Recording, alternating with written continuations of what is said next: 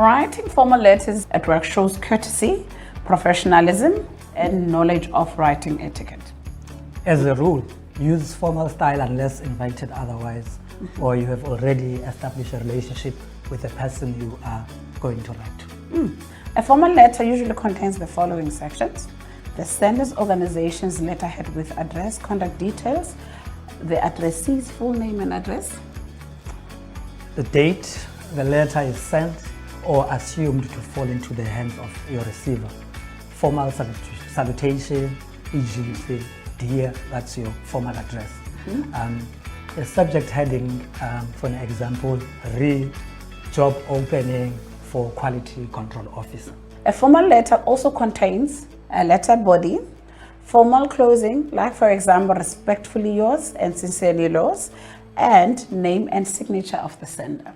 There are two commonly used layouts for formal letters, the block and the semi-block one. In the block format, all text is aligned to the left side of the margin, and the paragraph is not indented. In a semi-block format, all text is aligned to the left margin, but paragraphs are indented. Both formats are considered appropriate for business letters. Formal letters are formal in tone. Words are spelled out and sentences follow grammatically correct sentence structure. Comments are organized in a clear and concise manner and avoid unnecessary information. Slang is avoided. An informal business letter is a shorter and more straightforward version of a formal letter. Standard rules on grammar and spelling correctness still apply, but with certain flexibility. For instance, contractions, abbreviations, and slang may be acceptable if the professional tone of the letter is preserved. The tone in an informal business letter is more relaxed and conversational. Salutations and closing can be more personalized.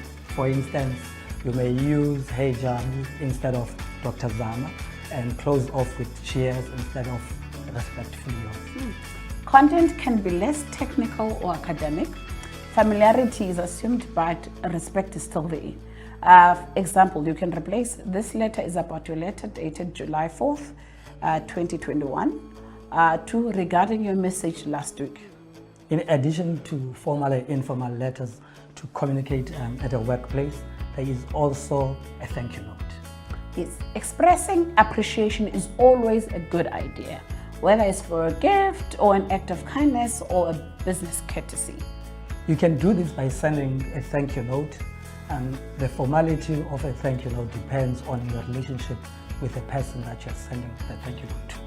A thank you note to a senior who gave you a promotion would be more formal. A formal thank you note can be written on a company's letterhead. Your non-formal thank you notes can simply be written by hand on a piece of paper.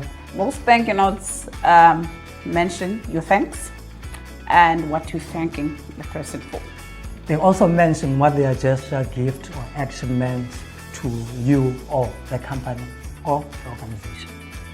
That brings us to the end of the Office Administration video series. We hope you really enjoyed this informative video series. Thank you. Thank you very much.